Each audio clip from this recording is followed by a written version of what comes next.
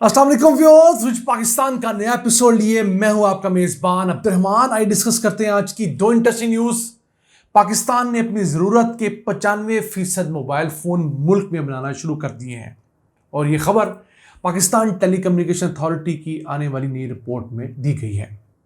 आज से सिर्फ 8 साल पहले पाकिस्तान अपनी जरूरत का 1% मोबाइल फोन मुल्क में बनाता था, 99% इंपोर्ट किया करता था। अब हम 5% इंपोर्ट करते हैं और 95% मुल्क में बनाते हैं। एक बड़ी डेवलपमेंट है, इससे आपसे डिस्कस करेंगे और बताएंगे कि मोबाइल फ़ोन पाकिस्तान में बनाने से मोबाइल फ़ोन की कीमतें किस तरह कम हुई हैं। इसके अलावा आज की दूसरी खबर, LDA लाहौर डेवलपमेंट अथॉरिटी ने लाहौर जौहर टाउन का सारा रिकॉर्ड कंप्यूटराइज और डिजिटलाइज किया है, तो उन्हें पता लगा है कि 3200 प्लॉट्स ऐसे हैं जो सरकार के रिकॉर्ड पे नहीं लेकिन सरकार की मलकियत है और वो 60 अरब रुपए के हैं। देखिए इस मुल्क में स्टेट लैंड के साथ किस तरह गैर जिम्मेदारी का सलूक किया जाता रहा है। इस खबर को प्रोग्राम के दूसरे हिस्से में डिस्कस करेंगे, लेकिन पहले चलते हैं आज की सबसे अहम खबर क्या है। पाकिस्तान अपनी ज़रूरत के 95% मोबाइल फ़ोन मुल्क में बनाना शुरू है, जबकि सिर्फ 5% इंपोर्ट करता है। इससे 8 साल पहले चले जाएं 2016 में, उस वक्त हम लोग 99% मोबाइल फोन इंपोर्ट किया करते थे और सिर्फ 1% मुल्क में बनाते थे।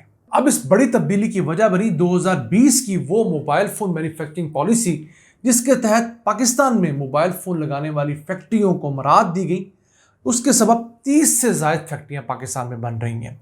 सिर्फ आईफोन और हुआवे पाकिस्तान में संभल नहीं हो रहा, इसके अलावा तमाम दुनिया के बड़े ब्रांड्स पाकिस्तान में बन रहे हैं जो कि यहाँ पर इस्तेमाल होते हैं। हाँ, इंडियन ब्रांड का नाम ले तो हम उसका जिक्र करना मुनासिब नहीं समझते, जो पाकिस्तानी ब्रांड इस्तेमाल करते हैं। अब पाकिस्तान में ये इसलिए मुमकिन हो सका कि यहाँ पर एक अच्छी पॉलिसी आई, इन्वेस्टमेंट आई और उसके सबब लोकल लोगों को जॉब्स मिली। अब रवा कैलेंडर ईयर के 5 माह के अंदर जनवरी से मई तक पाकिस्तान ने 1,31,00,000 मोबाइल फ़ोन मुल्क में बनाए हैं और सिर्फ 7,60,000 मोबाइल फ़ोन इंपोर्ट किए हैं। और जो मोबाइल फ़ोन मुल्क में बनाए हैं उनकी बड़ी तादाद भी हम स्मार्टफोन बना रहे हैं। हमारे यहाँ बनने वाले 1,31,00,000 मोबाइल फ़ोन्स में से 81 लाख मोबाइल फ़ोन स्मार्टफोन्स थे। इसके साथ साथ 49 लाख मोबाइल फ़ोन जो थे वो बटनों वाले 2G वाले मोबाइल फ़ोन थे। तो 62% हम लोग स्मार्टफोन बना रहे हैं और 38% हम लोग बटनों वाले फीचर फ़ोन बना रहे हैं। इट मीन्स टेक्नोलॉजी की एक बहुत बड़ी ट्रांसफॉर्मेशन हो चुकी है। अगर सिर्फ पिछले माह मई का जिक्र करें तो हमारे यहाँ 22,30,000 मोबाइल फ़ोन बने हैं। इस साल में उम्मीद है हम लोग 2.5 करोड़ से ज़्यादा मोबाइल फ़ोन पाकिस्तान में बना पाएंगे और हो सका तो हम लोग 3 करोड़ के फिगर को टच भी कर जाएं। ये एक बहुत बड़ी डेवलपमेंट होगी। हमारी सालाना ज़रूरत 2.5 करोड़ से 3 करोड़ मोबाइल फ़ोन्स के दरमियान ही है। तो अब पाकिस्तान के अंदर अगर ये मोबाइल फ़ोन ना बन रहे होते तो क्या नुकसान होना था। एक, हम जो इस वक्त मोबाइल फ़ोन के मुख्तलिफ स्पेयर पार्ट्स होलसेल रेट पर इंपोर्ट करते हैं और उनकी असम्बली यहाँ करते हैं, इसके सबब हमें इस वक्त 20% सस्ते मोबाइल फ़ोन बनाने में मदद मिल रही है। अगर यही तमाम हम मोबाइल फ़ोन बने बनाए इंपोर्ट करते तो 20% हमें डॉलर ज़्यादा खर्च करने पड़ते, तो हमें 20% का फॉरेन एक्सचेंज की मद में एक मुनाफा हो रहा है। फिर पाकिस्तान के अंदर जब मोबाइल फ़ोन असम्बल हो रहे हैं तो चूँकि पाकिस्तान के अंदर लोगों की लेबर सस्ती है चाइना के निस्बत, थाईलैंड के निस्बत, तो उस वजह से भी प्रोडक्शन कॉस्ट कम हुई है। इसके साथ साथ हमारे यहाँ जो 50,000 से ज़ायद मुलाजमतें मोबाइल फ़ोन असम्बली सेक्टर में बनी हैं, ये पाकिस्तान के लिए एक नया टॉप अप हुआ है, क्योंकि ऐसी जॉब्स पहले पाकिस्तान में सिरे से एग्जिस्ट ही नहीं करती थी। यही तमाम ट्रांसफॉर्मेशन की जा सकती है सोलर पैनल बनाने की इंडस्ट्री के अंदर भी। अगर हम सोलर पैनल, इन्वर्टर, बैटरियाँ पाकिस्तान में बनाने लगें, जैसे हमने आज की दोपहर की वीडियो में डिस्कस किया था, तो यकीन कीजिए इतनी ही जॉब्स बल्कि इससे कहीं ज़्यादा पाकिस्तान में बनने लगे, क्योंकि वहाँ सिर्फ सोलर पैनल नहीं बनने, इन्वर्टर भी बनने हैं, बैटरियाँ बननी है, केबल्स बननी है, न जाने कौन कौन सा सोलर इक्विपमेंट बन रहा है। तो पाकिस्तान के पास नौजवानों को देने के लिए जॉब्स के नए जराए होंगे और ऐसी जॉब्स जो हाई एंड जॉब्स होंगी जहां पर नौजवानों को ज़्यादा बेहतर तनख्वाह मिल सकेगी, उनका जो मेयार ज़िंदगी है वो बुलंद हो सकेगा। आइए डिस्कस करते हैं आज की दूसरी हम खबर की तरफ। लाहौर डेवलपमेंट अथॉरिटी ने जौहर टाउन लाहौर को डिजिटलाइज करने के प्रोसेस का आगाज़ किया तो पता लगा कि इस एक टाउन के अंदर 3200 प्लॉट्स ऐसे हैं जो कि हुकूमत की मलकियत हैं, लेकिन उसके ऊपर लोगों ने कब्जा कर रखा है, हुकूमत को उसका इल्म ही नहीं था।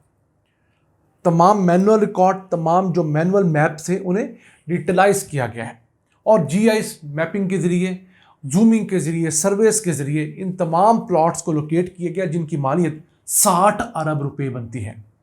इनमें से 105 प्लॉट्स का कब्जा वागुजार भी करवा लिया गया है, बाकी इन प्रोसेस है। जौहर टाउन लाहौर की सबसे बड़ी हाउसिंग सोसाइटी है जो 26,000 कनाल के ऊपर मुहित है। अभी एक सोसाइटी के ऊपर हम लोगों ने इतनी वर्किंग की है तो इतने प्लॉट निकले हैं। अभी लाहौर के अंदर 12-15 और हाउसिंग सोसाइटीज़ ऐसी हैं जो एलडीए ने बनाकर बेची हुई हैं। न जाने उनमें से कितने हज़ार सरकारी प्लॉट्स निकल आए जिन पर लोग साल से कब्जे किए हुए हैं।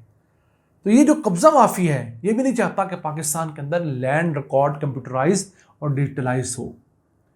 परवेज़ इलाही ने अपने पहले टन्योर के अंदर, जब मुस्लिम लीग काफ की हुकूमत थी पंजाब में, उस वक्त लैंड रिफॉर्म्स और लैंड डिजिटलाइजेशन का आगाज़ किया था। परवेज़ इलाही चले गए, शहबाज शरीफ के 2 टन्योर गुजर गए, उस्मान बुज़दार का टन्योर गुजर गया, उसके बाद ये दोबारा टन्योर आया है मरीम नवाज का। ये लैंड डिजिटलाइजेशन ना हो सके, क्यों?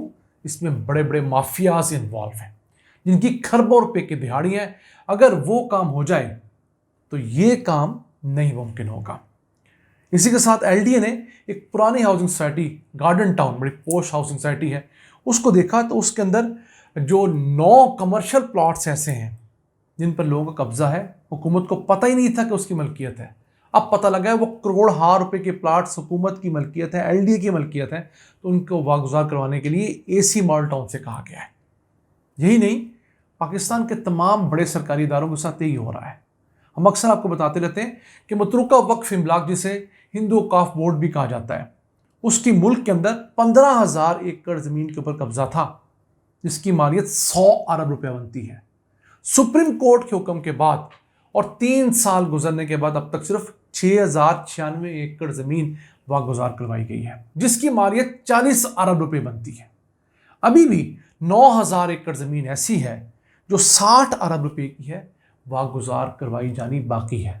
सुप्रीम कोर्ट ऑफ पाकिस्तान का हुक्म है, तब भी 3 साल लगे हैं 40% टारगेट अचीव करने के लिए। तो आम अदालतों का हाल आप इससे बेहतर समझ सकते हैं। पाकिस्तान में कवानीन को रिवैम्प करना अहम ज़रूरत है। उन कवानीन को अदालतों के साथ मिलकर जब रिवैम्प किया जाएगा, जजों की तादाद बढ़ाई जाएगी, कवानीन सख्त किए जाएंगे, सज़ाएँ सख्त की जाएंगी, जुर्माने डाले जाएंगे और बार बार लिटिगेशन करने वाले के ऊपर लिटिगेशन कॉस्ट डाली जाएगी, तो यकीन कीजिए पाकिस्तान के अंदर भी फौरी इंसाफ मिलेगा, बार बार तारीख का कल्चर ख़त्म होगा और कब्ज़ा करने वाले से सिर्फ कब्ज़ा वागुजार नहीं करवाया जाएगा, उससे उस कब्ज़े का बाकायदा किराया हासिल किया जाएगा अच्छा खासा, तो कब्ज़ा करने वाला भी 100 दफ़ा सोचेगा। वरना आप एक ऑपरेशन करेंगे, प्लॉट वागुजार करवाएंगे, फिर उस पर कब्ज़ा होगा, फिर ऑपरेशन होगा, फिर वागुजार करवाएंगे, तो जो शख्स वहाँ कब्ज़ा करता है वहाँ से पैसे बना लेता है। अब ज़्यादा से ज़्यादा उसका एक कच्चा सा कमरा गिरा देते हैं, उसकी कच्ची सी दीवार गिरा देते हैं, वो चंद 100 या चंद हज़ार रुपये लगाकर दोबारा से वो दीवार बना लेता है और फिर दिहाड़ियाँ लगाने लगता है। नाज़रीन, ये था आज का एपिसोड। हमें उम्मीद आपको पसंद आया होगा।